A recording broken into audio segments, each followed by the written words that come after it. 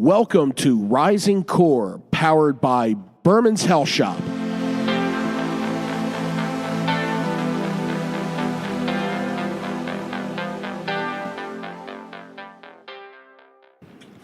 Hi, everybody. This is Marty Burman, along with the Professor Ted Matthews here at Burman's Health Shop. How you doing, Ted? What's going on? All right, we're ready to go tonight. Another edition of Rising Core, powered by Burman's Health Shop, right here in the heart of Delaware County.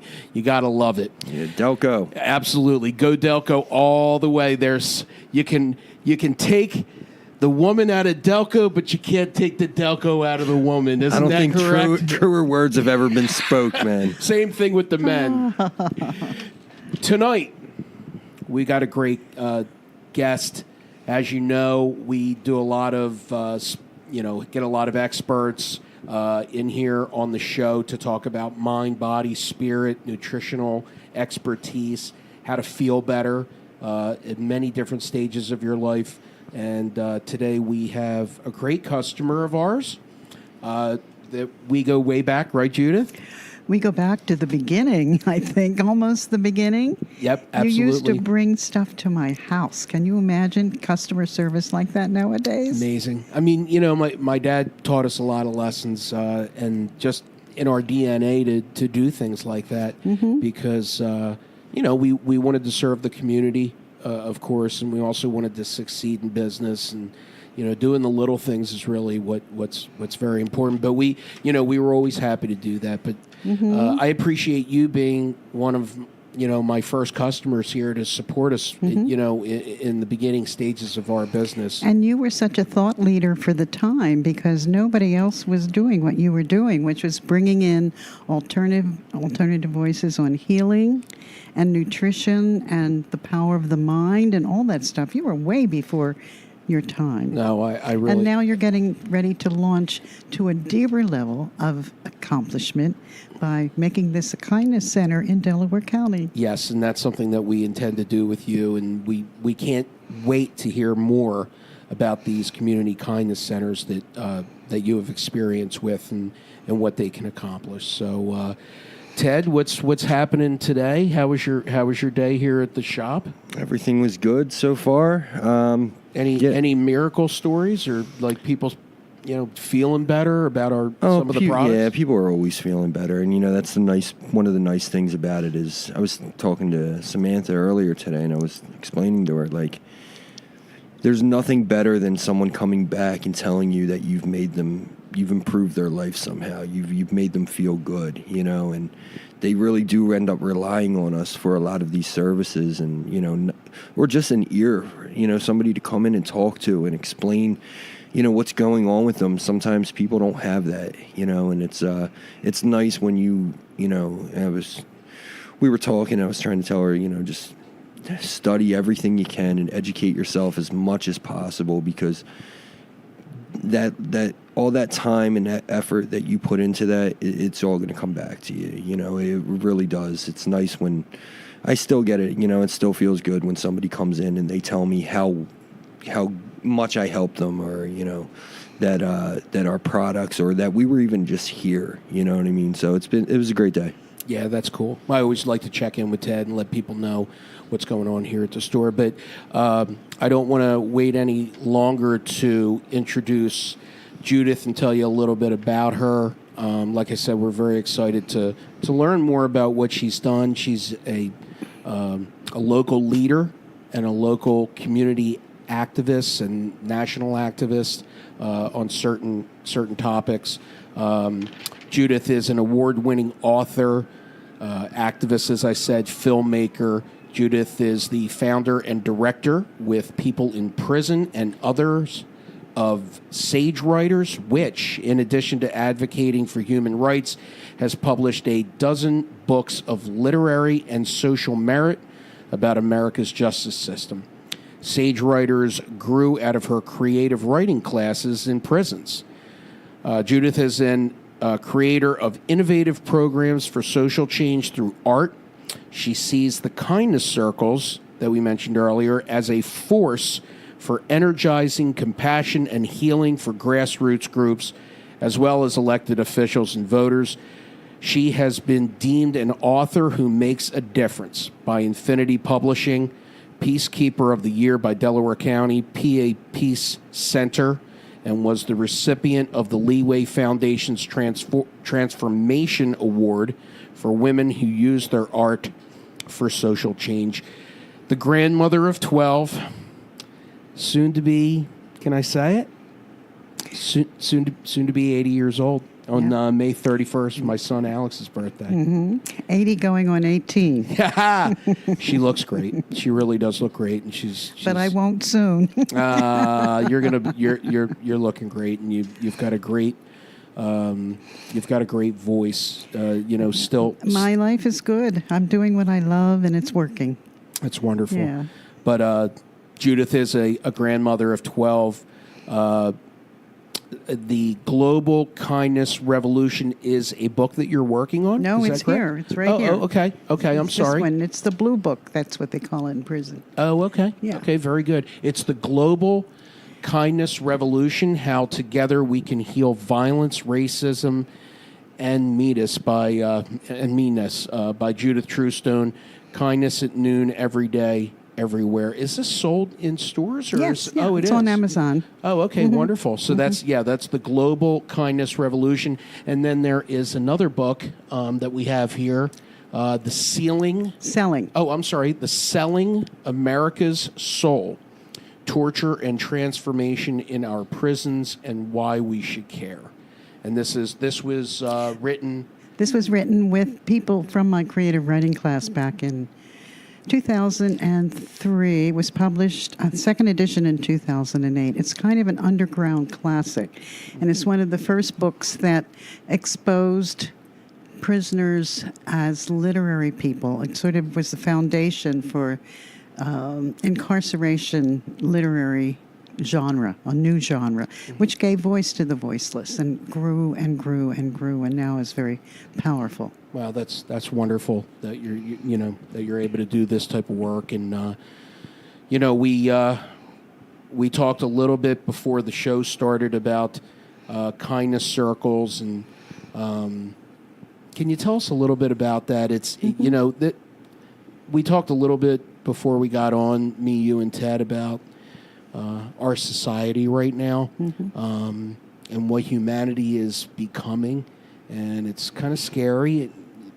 What can you tell us about this work? Well, I started working with circles about 50 years ago.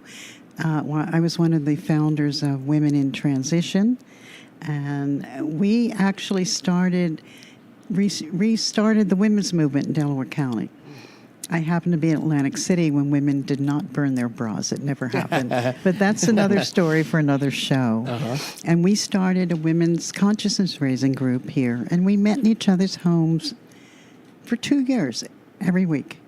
And out of that group, we started Women in Transition, Women Against Rape, and the Domestic Abuse Project, all of which are still going 50 years later. Wow, that's great. That's But awesome. the first thing we did is we stopped sitting in rows, and we started sitting in circles. And gradually, I was an apprentice to a Native American medicine man for 14 years and did a lot of circle work. And the power of the circle is phenomenal. And we are all energy beings. And my approach to racism is, if we can all sit in a circle holding hands, transferring energy from one to another as we move around the circle, you can't hate somebody after you've exchanged energies like that. We are all one energy, all looking for kindness. You can't argue against kindness. I mean, who's going to say, oh, we don't want that? So I incorporated healing circles for many years. I was doing a women's healing circle, and then I was working with people with AIDS, children. Everybody's responsive, because once you get what it's about, like, for instance, one of our main projects is Kindness at Noon. And this is what I'm advocating for everybody, because it's so simple. And we only need about 3 billion people to do it. And I think 60 million people tuned into YouTube to look at Kim Kardashian's butt. So Probably. 3 billion shouldn't be hard. Here's the idea. Whether you're here in Burman's health spot or you're in Nepal plowing the fields, you set your smartphone to ding at noon, and it's important that we all do it at the same time. There have been so many people wanting to do good things, but it gets fragmented and, dissolved into the ethers. But if we do it at the same time, the power of that mental alignment is like nothing we've ever seen before. And so if we reach a certain plateau, so what you do is you set your phone, it goes off, you pause whether you're at your desk or plowing a field, and you take 5 clearing breaths into your jaw, your armpits, your belly, your bottom, and your knees. And then you exhale anything, negativity that you can out your feet. Wow. And then so you just think a kind thought. That's it. So we're talking about 5. 12 o'clock, and just 5 breaths can make Yes. that big of a difference. Yes. And It's pretty amazing. think a kind thought. Okay. And so what happens is we create a cloud of kindness that eventually is bigger than the cloud of violence that has us in its grip. Yeah. And it also reduces your blood pressure, elevates your happy hormones, makes you feel a connection to other people, which is what's so missing in our technological disjointed age. And everybody's happier. Do you know that when you do an act of kindness, it raises all the good stuff in your body. It's healthy. And it's healthy for you to do it, for a person to receive it. And those watching or hear about it or even reading about it, it helps them too. They feel better. It's an amazing thing. And it's free. Yeah, no. And it requires Free no is good. special training, so it can't be corrupted because there's no money involved. Yeah. There's no dogma involved. Some people said, oh, it sounds like a cult. Well, if that's how you feel, instead of doing kindness at noon, add a prayer at noon. If you're already praying, just do it at noon. Or Muslims pray at 12:30. Hey, that's close enough. We can start a half hour early. That's Yeah. fine. I'm sure they won't mind. So back in Ted, did you have any other questions? yeah. Or like No, on the kindness circle? or- No, the only other thing that is the change to are you hoping to affect those that don't even know about the kindness? absolutely. Okay. Yeah. So with the energy that you're putting out. Well, it's- here's how it works.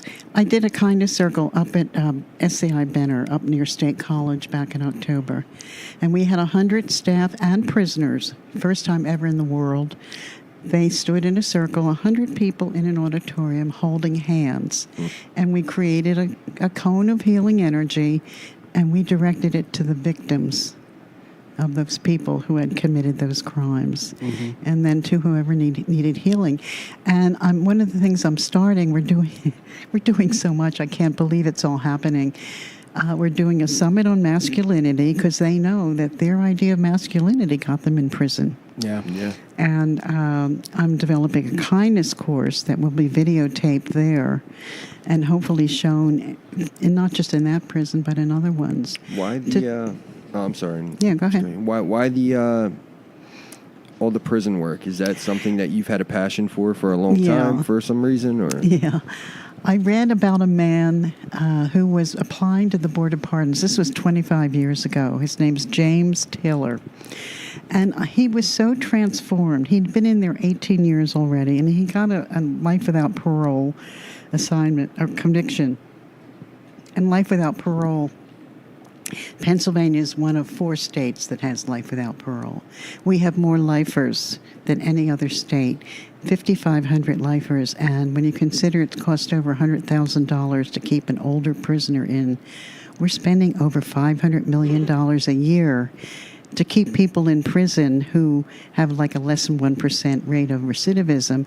And were they in New York, New Jersey, or Delaware, they would have been paroled years ago. So it's an insane system. And the Board of Pardons, unfortunately, never pardons anybody. It's a political thing. So this man recently applied to the Board of Pardons again. They told him 25 years ago, you're doing good, but come back in 2 years. 2 years? It's been 25 years and he's still in there, and they won't even give him another hearing. Wow. So there's so much corruption. It seems like to be politician nowadays, so many have to be either corrupt and incompetent or just plain corrupt. I think we know somebody like that. We don't want to. I don't know if we can talk about that here. Erica, our director. What do you think, Erica? Yeah, we'll talk about it. Yeah, well, everything's edible here, so. I don't know if that's editable. Editable. It's editable. Yeah. Yeah, but what got you started, Judith? Did you go to college for this, or did you? No, I went to college. I was trained actually in mental health. Okay. I went to college to be a counselor, and I worked in drug clinics. And somebody tried to stab me when I worked in North Philly. And I was the director of women's programs. I was the first person to start programs for addicted women at Eagleville. So I've always been sort of at the forefront of social change issues or identifying something that needs. And so when I wrote a letter of support of James Taylor 25 years ago, and he invited me to come up to Graterford. And I'm a writer. I'd never been in a prison, so I went. Yeah. And I created a workshop, and they loved what I did, and they wanted me to come back, and I did. And eventually they hired me to teach creative writing, which I did. But once I got the stories, and 4 of the 15 students in my class came to me and said, I'm innocent. And I said, yeah, right, sure you are. Show me. They brought me their cases. I had them reviewed by sympathetic lawyers. And all 4 cases had either prosecutorial misconduct or inadequate representation or time-barred testimony. According to the law, if you're arrested and convicted of murder, and a year and a day later, somebody comes forth and says, no, I did it, it doesn't matter. You can't get back in court. Wow. I have one student now who's I can't believe in here. These are the ones that I'm kind of promoting now. I have a new role now as a regular correspondent for the Quarterly Journal in Search of Fatherhood, which goes to 38 countries. And it's looking at the way we raise boys and how we have to do it differently. We're not doing the boys a good service, and they're destroying, this concept, this toxic masculinity is killing the planet. Tell me a little bit about that. I mean, I have 4 sons, and Ted just had a baby a couple years ago now. It's hard to believe. Yeah, Max he's 3 now. Max is Wow. 3. Will be 3. That's a perfect Amazing. age. Another June Yeah. one, June 9th. Amazing. Another oh my Gemini. God, the Geminis are taking over. We got It's a lot about of Geminis time. here. A lot of Geminis here. But Toxic masculinity yeah. is how we raise our boys to repress their emotions and to feel shame if they're not on top. It's a competitive rather than a cooperative way. And we are, in my opinion, raising boys just to be cannon fodder, to glorify guns and violence. And look at the culture we live in. Yeah. So they don't have a sense of. I read recently that in the primates, the alpha, which I thought meant like the big guy, the top guy, they have alpha females too. But one of their jobs is to comfort the losers when there's fights between 2 primates. Wow. Can you imagine? So what is a man? We need to really define what is a man in this day and age, A man is the protector of the family, of the community. He teaches gentleness, conflict resolution, not go back there and beat them up. Yes. Or, don't be a sissy. Right. Or the other detrimental comment, don't be a pussy. Right. And that's putting down women as well. Yeah, and it's abusive. Yeah. And it's abusive. All my boys play baseball. I have 2 playing college baseball. I've got 2 in high school. And I've really smoothed out and softened over the years because I realized probably in the last 5 years, I think that how gentle people are.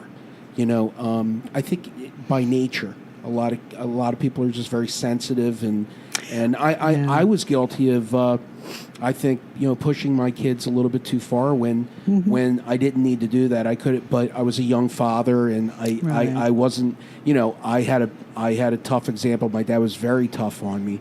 His dad was a product of the Depression, absolutely. and it was survival. It was survival. So.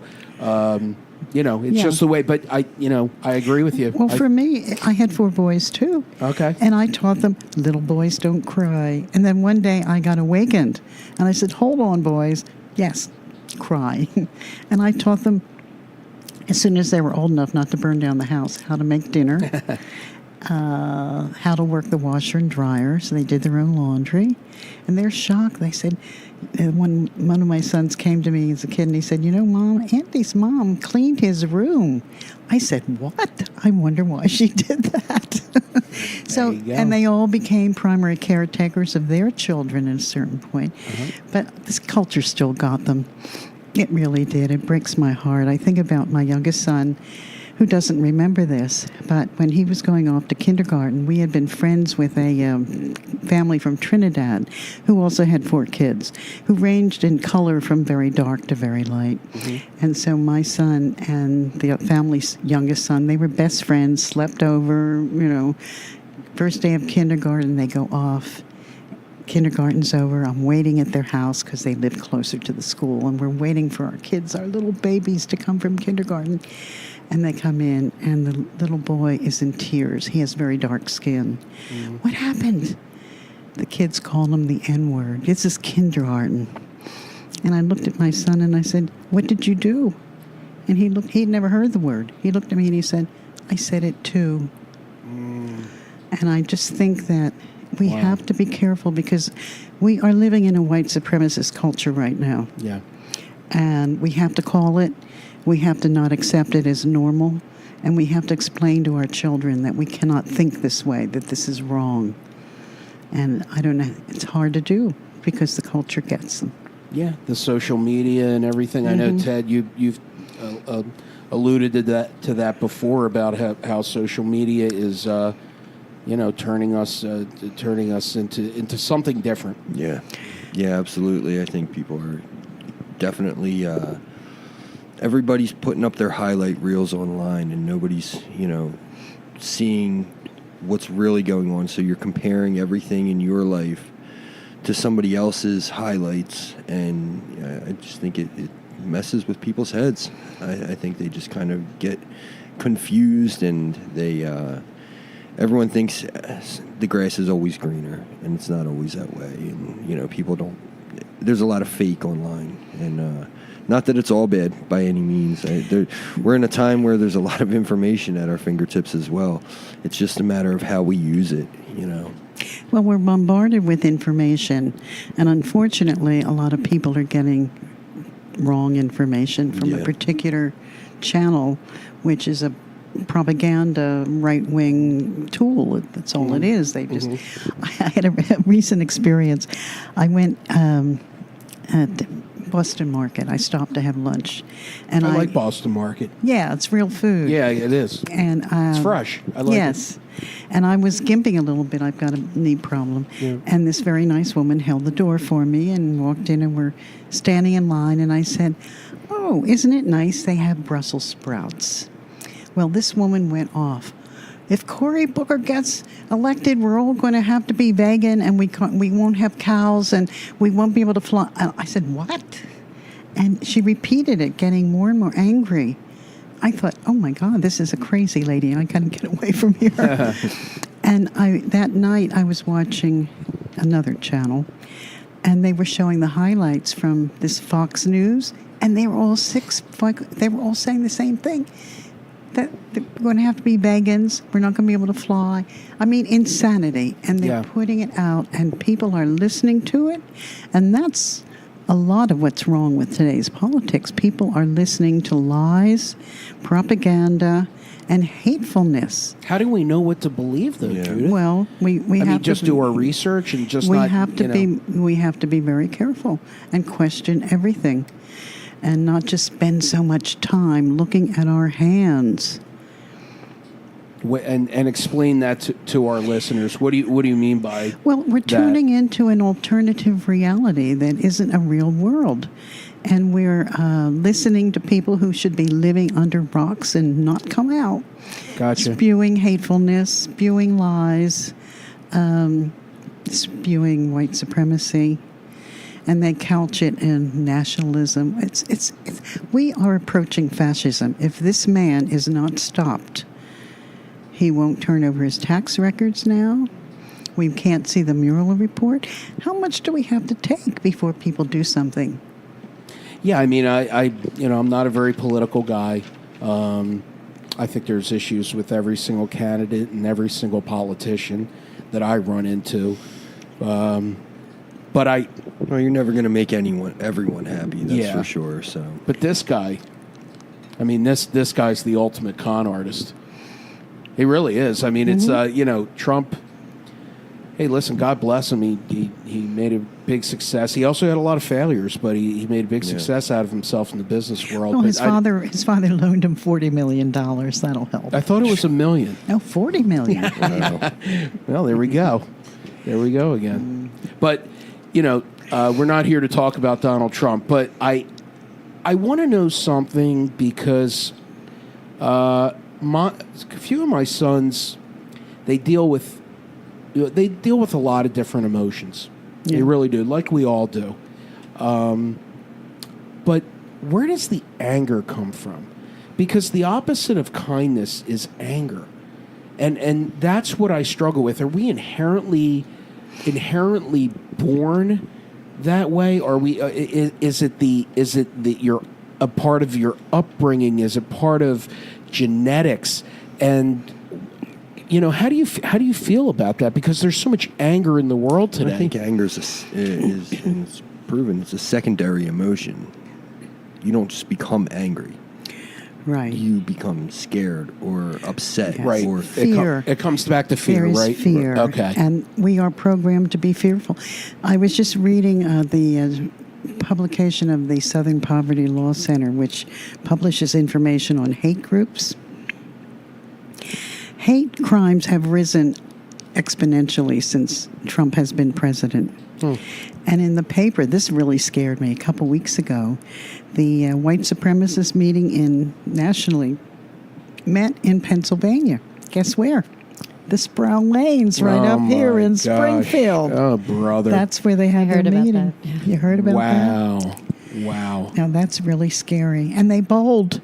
Oh, It's my like they God. rented shoes and they bowled and had their meeting of white supremacy. Yeah, that's. Temple of Shalom was actually there. Oh, were they Yeah, really? Oh, yeah. to There was an protest? article. Yeah. Well, no, they were just they happened to be there. But No You're kidding me. Yeah. Oh, that's terrible.